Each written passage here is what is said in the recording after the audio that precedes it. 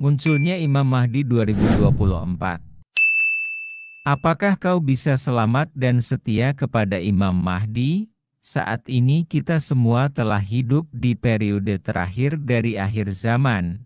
Tanda-tanda kehancuran seluruh aspek kehidupan sudah sangat jelas, mulai dari kehancuran akidah, sistem kepemimpinan, ekonomi, budaya, akhlak dan lain-lain. Masa itu sudah sangat dekat.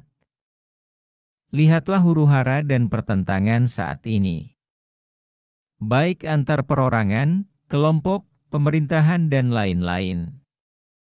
Ekonomi tampak gagah perkasa yang sesungguhnya rapuh karena sistem riba di seluruh sektor ekonomi. Laksana kayu digerogoti rayap tinggal menunggu momentum kehancuran. Kehancuran di semua aspek itu merupakan keniscayaan tanda munculnya sang imam akhir zaman, Imam Mahdi. Imam Mahdi sudah ada dan disembunyikan oleh Allah.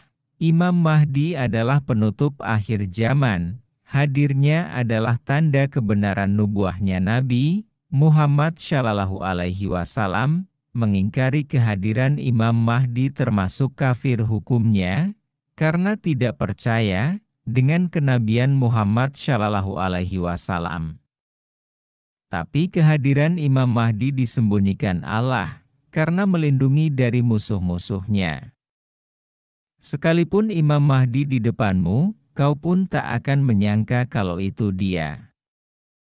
Karena Allah menutupinya dari dikenal oleh siapa saja. Sekalipun dia mengaku, dia Imam Mahdi, orang tak akan percaya, karena Allah menjadikan orang tak percaya, agar Imam Mahdi terpelihara dari pembunuhan sebelum dia dibayat di depan Ka'bah, agar jiwanya terlindungi dari musuh-musuh yang mengincar nyawanya. Tak ada yang tahu Imam Mahdi, kecuali Allah, Rasulullah dan Imam Mahdi itu sendiri. Makanya siapa yang mencari Imam Mahdi tak akan menemukan keberadaan Imam Mahdi, hanya menemukan orang-orang yang banyak bicara tapi tak ada isinya. Imam Mahdi sendiri tidak boleh mengakui bahwa dirinya Imam Mahdi, karena Allah sedang menyembunyikannya. Kalau dia mengakui Imam Mahdi, lalu untuk apa Allah menyembunyikannya? Orang kebanyakan banyak yang menuduh si A Imam Mahdi, si B Imam Mahdi, seakan Imam Mahdi itu menjadi imam berdasar tuduhan, atau pengakuan Imam Mahdi itu menjadi imam berdasar pada pengangkatan Allah atas dirinya, sudah ditetapkan di zaman azali, sebelum Allah menciptakan semesta. Raya ini bukan diangkat atas dasar kesepakatan manusia atau banyaknya orang menuduh pada seseorang. Makanya tidak akan menemukan Imam Mahdi, walau sudah berhadap-hadapan dengan Imam Mahdi, tetap tidak tahu kalau itu Imam Mahdi. Yang tahu Imam Mahdi sudah jelas dirinya sendiri Imam Mahdi, tapi Imam Mahdi diam saja. Nanti setelah Imam Mahdi diketahui, banyak orang yang mengingkarinya, sebab Imam Mahdi wujudnya tidak sebagaimana yang mereka bayangkan. Mungkin mereka membayangkan Imam Mahdi itu bertanduk atau punya sayap, atau bertangan 1000, sehingga bisa menyelesaikan semua permasalahan zaman. Ketika Imam Mahdi itu hanya orang biasa saja, bahkan tak punya derajat apa-apa.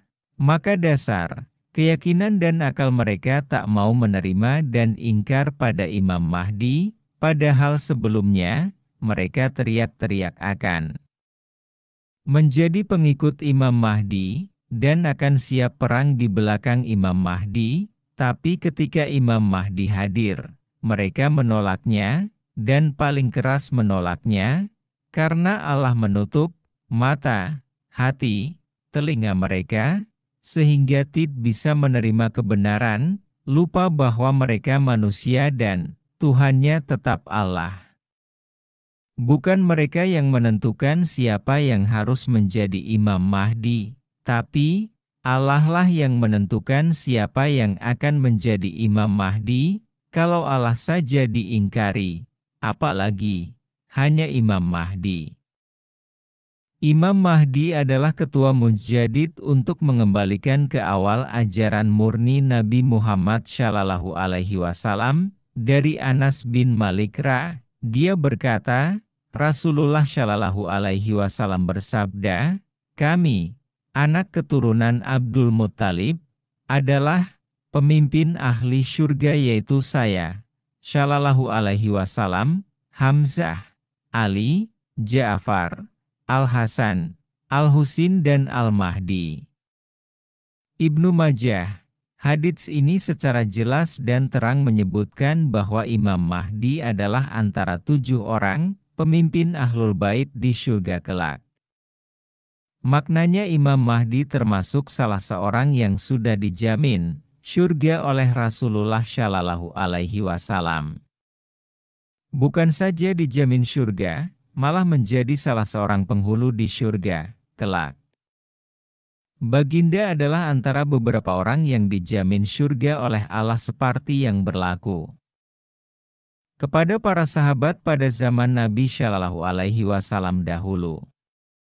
Dan di kalangan Ahlul Bait sendiri, beliau termasuk orang yang sudah mendapat jaminan Allah dan Rasul-Nya akan dimasukkan ke dalam syurga di akhirat kelak. Jelaslah bahwa Imam Mahdi itu adalah salah seorang Ahlul Bait yang sangat utama dan mendapat kedudukan yang sangat tinggi pada sisi Allah Subhanahu wa Ta'ala. Sabda Nabi Shallallahu Alaihi Wasallam, sesungguhnya Allah membangkitkan bagi umat ini seorang mujaddid yang akan membaharui, merefresh agamanya pada setiap awal 100 tahun. Al-Hakim, Al-Baihaqi, Ibnu Hajar, Abu Daud Al-Iraqi, pada 3 Maret 2024 genap 100 tahun Khalifah Utsmani atau Kesultanan Turki Utsmani, Ottoman, runtuh. Sejumlah spekulasi pun bermunculan, yang paling santer terdengar adalah munculnya mujaddid baru setiap 100 tahun sekali seperti disinggung Nabi Muhammad Rasulullah Shallallahu Alaihi Wasallam. Apakah mujaddid itu Imam Mahdi yang akan muncul pada 2024, sejak 100 tahun lalu setelah Khalifah Ottoman dibubarkan? Umat Islam di seluruh dunia yang selama berabad-abad dinaungi khilafah tercerai-berai menjadi lebih dari 50 negara. Sejumlah pihak yakin, tepat 100 tahun setelah kerajaan Ottoman bubar, akan muncul seorang pemimpin baru alias mujaddid, telah diutuskan kepada umat Islam sebanyak 13 orang mujaddid. Mereka ini adalah pemimpin, manusia yang berwatak nabi kecuali Khalifah Umar bin Abdul Aziz, yang sekaligus merangkap sebagai pemerintah. Tetapi di antara mereka ini, tidak seorang pun yang dapat kita katakan sebagai ketua mujaddid, dan tidak ada seorang pun yang melantik atau mengisytiharkan mana-mana antara mereka itu sebagai ketua mujaddid. Oleh karena itu, ketua mujaddid itu adalah orang yang paling awal sebutnya tetapi paling akhir keluar, dan dilantik sebagai mujaddid. Seperti halnya penghulu rasul-rasul adalah yang terawal sebutnya tetapi yang terakhir keluarnya di kalangan mereka. Ketua mujaddid ini adalah seorang yang sangat istimewa, seperti juga halnya Nabi Muhammad Shallallahu Alaihi Wasallam adalah Rasul yang sangat istimewa. Berbanding sekalian Rasul yang pernah diutuskan kepada manusia. Dan sangat benarlah bahwa Imam Mahdi itu adalah penghulu sekalian mujaddid, sekaligus merupakan juga penghulu sahibul zaman bagi umat ini. Mujaddid itu juga sering disebut Muhyiddin, atau yang menghidupkan agama. Banyak orang yang bergelar Muhyiddin misal Syekh Muhyiddin Abdul Qadir Jalaini, Syekh Muhyiddin Muhammad Ibnu Arabi, dan lain-lain. Tugas orang yang bergelar mujaddid atau Muhyiddin Inu adalah merefresh agama yang mulai rusak, menservis akidah atau amalayah yang mulai jauh dari asalnya.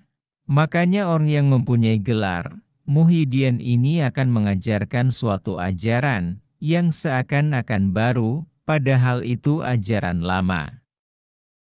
Atau mengembalikan ajaran ke asal mula ajaran itu diajarkan, karena mengembalikan ajaran itu ke semula, maka dilihat orang awam itu ajaran tidak sama dengan ajaran yang sebelumnya, karena ajaran sebelumnya, karena perbedaan orang yang menerima, maka ajaran itu mulai bertambah dan berkurang sesuai kadar penerimaan orang terhadap suatu analiyah.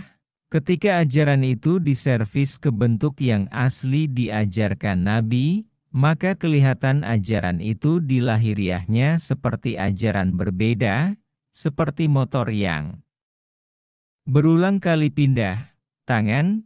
Setiap pindah tangan dioprek oleh orang yang menerima motor, dimodif, diganti knalpot, roda, stang dan lain-lain, ketika dikembalikan kepada onderdil asli dari pabrikan.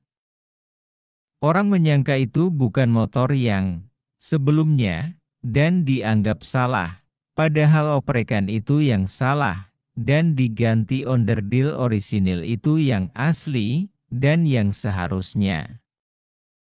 Imam Mahdi, Khilafah Islam, dan fitnah-fitnah besar YG terjadi, bisa jadi yang sekarang gembar-gembor khilafah justru ketika Imam Mahdi muncul ia khianat dan memusuhi Imam Mahdi. Pantaskan diri dulu, nyalakan dulu cahaya iman di dadamu, perbaiki dulu amalia hakikat syariatmu, gak usah muluk-muluk mau mendirikan khilafah. Gak ada dalil dan ceritanya khilafah itu bisa dibuat-buat. Khilafah itu anugerah kun fayakun minallah, bukan buatan kelompok ormas atau didirikan oleh negara. Tapi khilafah itu janjinya Allah yang pasti akan tegak berdiri di atas bumi ini. Surat An-Nur ayat 55. Nggak usah ikut sana ikut sini yang nggak jelas, mendingan perbaiki Islam, iman sehingga mencapai makom ihsan lewat para guru, aulia. Agar bisa menyambung dengan ruhani Khotamul Aulia, Imam Mahdi sehingga kita masuk dalam kategori Ikhwan akhir zaman. Proses khilafah itu berat, butuh pengorbanan dan perjuangan, dan akan banyak nyawa syahid dalam perjalanan panjang ini, tapi itu nanti bersama Imam Mahdi.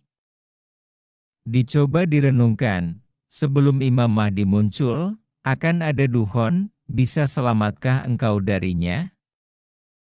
Ketika Imam Mahdi didohirkan beliau akan melaksanakan tugas yang pertama, yakni sebagai panglima perang, beliau memimpin perang di seluruh dunia dengan kehebatan dan keperkasaan, terus khilafah akan berdiri.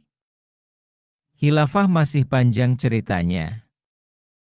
Setelah banyak peperangan dimenangkan Ikhwanul Muslim. Dajjal marah dan keluar, inilah fitnah yang paling besar. Kata Nabi dari penciptaan bumi sampai kiamat, apakah kau bisa selamat dari fitnah Dajjal? Dajjal akan menguasai bumi, semua iblis, jin, setan dan siluman dan dukun seantero dunia tunduk kepada Dajjal, bisakah kau lari dari tipu dayanya? Semua makanan dan minuman pun disabotase oleh Dajjal, sehingga kaum mukmin hanya memakan tahlil, tahmid dan takbir.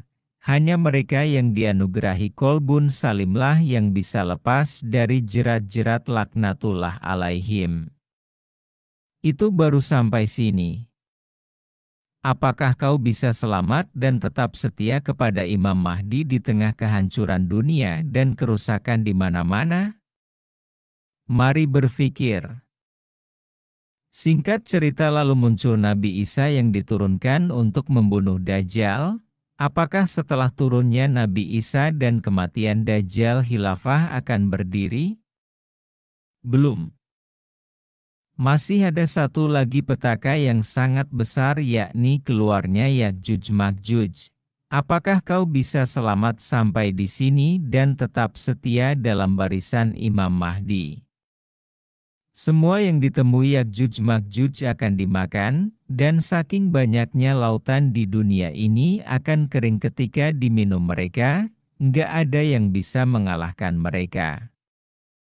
Sampai Allah menurunkan wahyu agar Nabi Isa, Imam Mahdi dan segenap pasukan Ikhwan serta kaum muslim untuk menyelamatkan diri naik ke Gunung Tursina.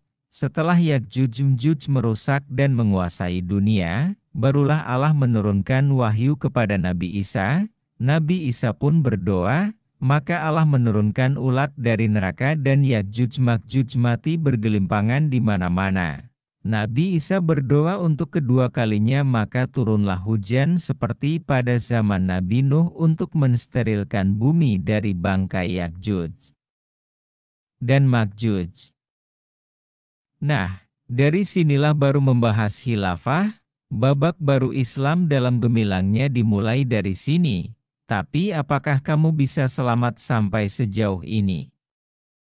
Tugas Imam Mahdi yang kedua, sebagai khalifah, dia akan menata kembali seluruh bumi ini yang tadinya hancur lebur dengan keadilan dan kemakmuran dari seluruh aspek kehidupan, yang mana seluruh isi bumi ini akan dikeluarkan serta rahmat dari langit akan diturunkan semua. Saat itulah kejayaan akhir zaman.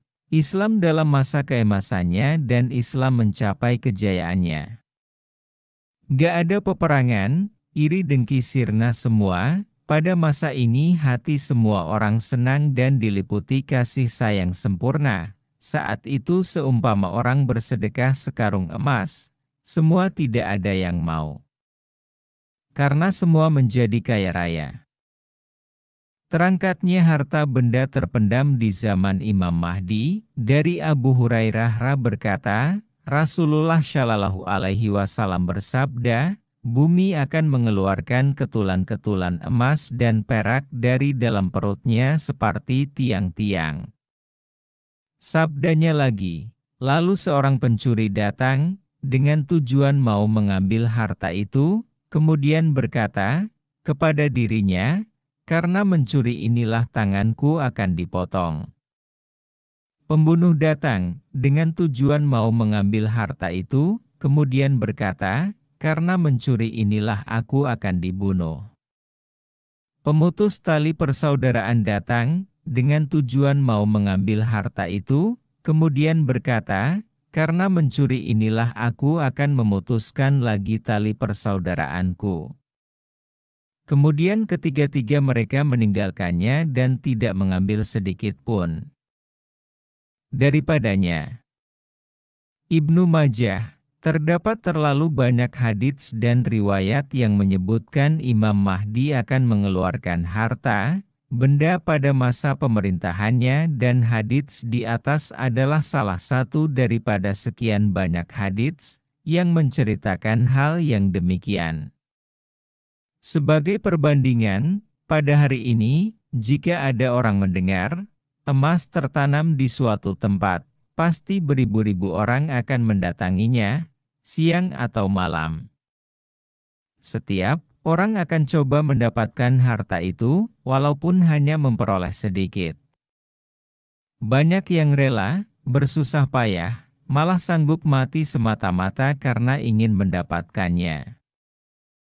Sikap kita yang terbaik bagaimana? Menghadapi periode terakhir dari akhir zaman, sikap kita YG terbaik adalah 1. Hindari dan jauhi hiruk-pikuk dunia yang akan menyeret kita semakin jauh dari Allah meskipun dohirnya tampak agamis. 2. Lakukan usaha untuk menggembleng diri agar siap menghadapi akhir zaman dan jangan terbawa arus pertarungan hawa nafsu. 3. Bertalaki kepada pembimbing ruhani yang memiliki sanad keilmuan yang bersambung sampai kepada Rasulullah Shallallahu Alaihi Wasallam. 4. Perbagus amalia, ihsan, yakni pengamalan syariat dan hakikat secara terpadu dan kafah. serta lakukan amaliyah taubat secara istiqomah. Insya Allah jika kita laksanakan itu maka akan selamat, kegelapan akan tersibak. Cahaya gilang gemilang akan bersinar, di zaman akhir dunia, pelan tapi pasti semua orang akan tergiring menjadi dua golongan, yaitu satu penyembah Allah dan dua penyembah Dajjal. Hati-hatilah, fitnah akhir zaman, pagi orang masih Islam, sore bisa menjadi kafir. Zaman terbolak-balik amat cepat, orang-orang akan terbuka jati dirinya yang sebenarnya. Iman seperti fata morgana, yakinlah. Saatnya nanti, saatnya akan terbuka, matahari akan menyinari dan gelap akan tersingkap. Wa Allahu alam, Allahumma yassir wa amin.